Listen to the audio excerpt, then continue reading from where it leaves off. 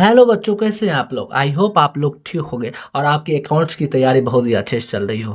अगर आप भी सीए फाउंडेशन के स्टूडेंट हैं तो ये वीडियो आपके लिए है।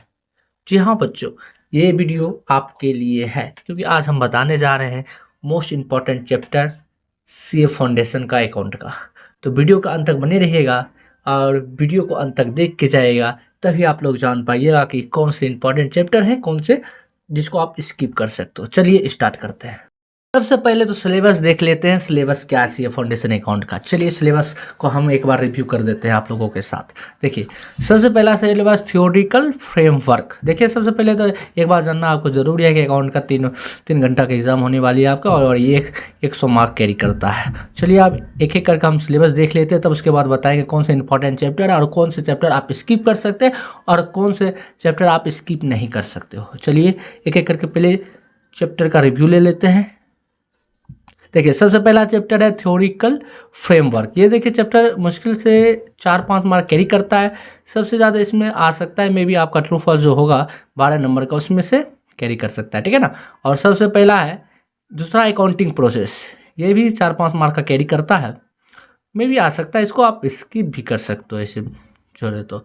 और तीसरा है बैंक रिकॉलेंशिप स्टेटमेंट।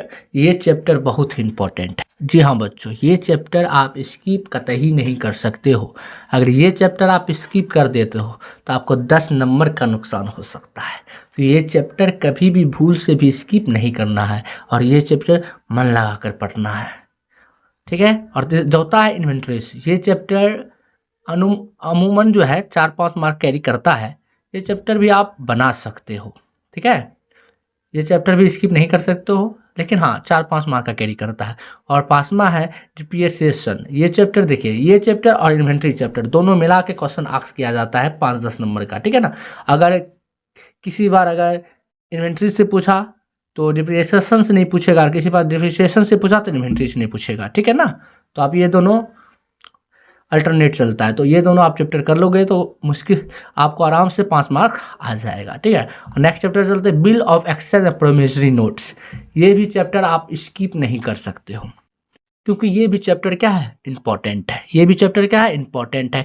ये भी चैप्टर 10 नंबर का मार्क्स कैरी करता है, तो ये चैप्टर भी आप मिस नहीं कर सकते, ठीक है ना। नेक्स्ट चलते हैं financial statement of not for profit organisation. मतलब ये भी चैप्टर 10 से 20 नंबर का कैरी करता है, लेकिन ये चैप्टर थोड़ा बहुत स्किप कर सकते हो क्योंकि अगर ये चैप्टर से आएगा तो या तो ये चैप्टर आप बना सकते हैं कि 6 क्वेश्चन पूछा जाता है आपसे, आपको 5 क्वेश्चन बनाना पड़ता है, ठीक है ना। तो ये चैप्टर आप स्किप भी कर दो, लेकिन अगर ये चैप्टर स्किप करते हो तो आपको फाइनल अकाउंट अच्छे से आना चाहिए।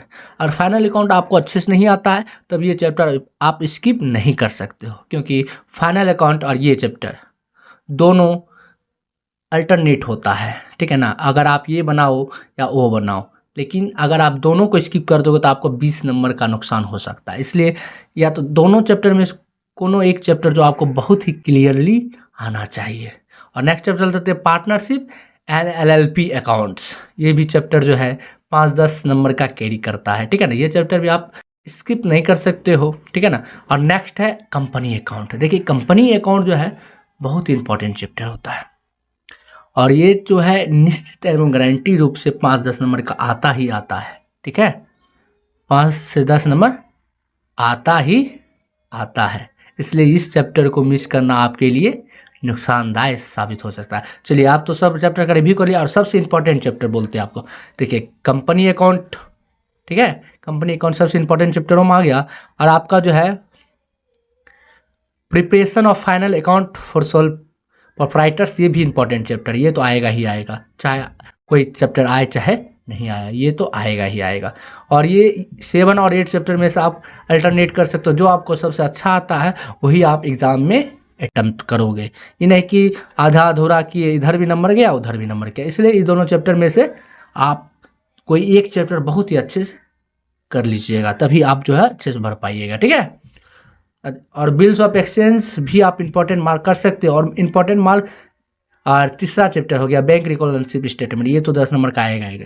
तो आई होप आपको इंपॉर्टेंट चैप्टर की सारी नॉलेज हो गई हो और आप जो है इन इम्पॉर्टेंट चैप्टर को अच्छे से करके जाएं एग्ज़ाम, और आपका एग्ज़ाम बहुत ही अच्छे से जाए, क्योंकि जनवरी में एग्ज़ाम होने वाली है। तो ये सब चैप्टर करना नहीं भूलिएगा और अकाउंट्स का अच्छे से पेपर दे के आइएगा। अभी के लिए टाटा बाय बाय। और भी सब्जेक्ट का हम लोग वेटेज लेके आएंगे कि कौन सा चैप्टर इम्पॉर्टेंट है, कौन सा चैप्टर इम्पॉर्टेंट नहीं है। Thank you. अच्छे से पढ़िए। All the best for exam.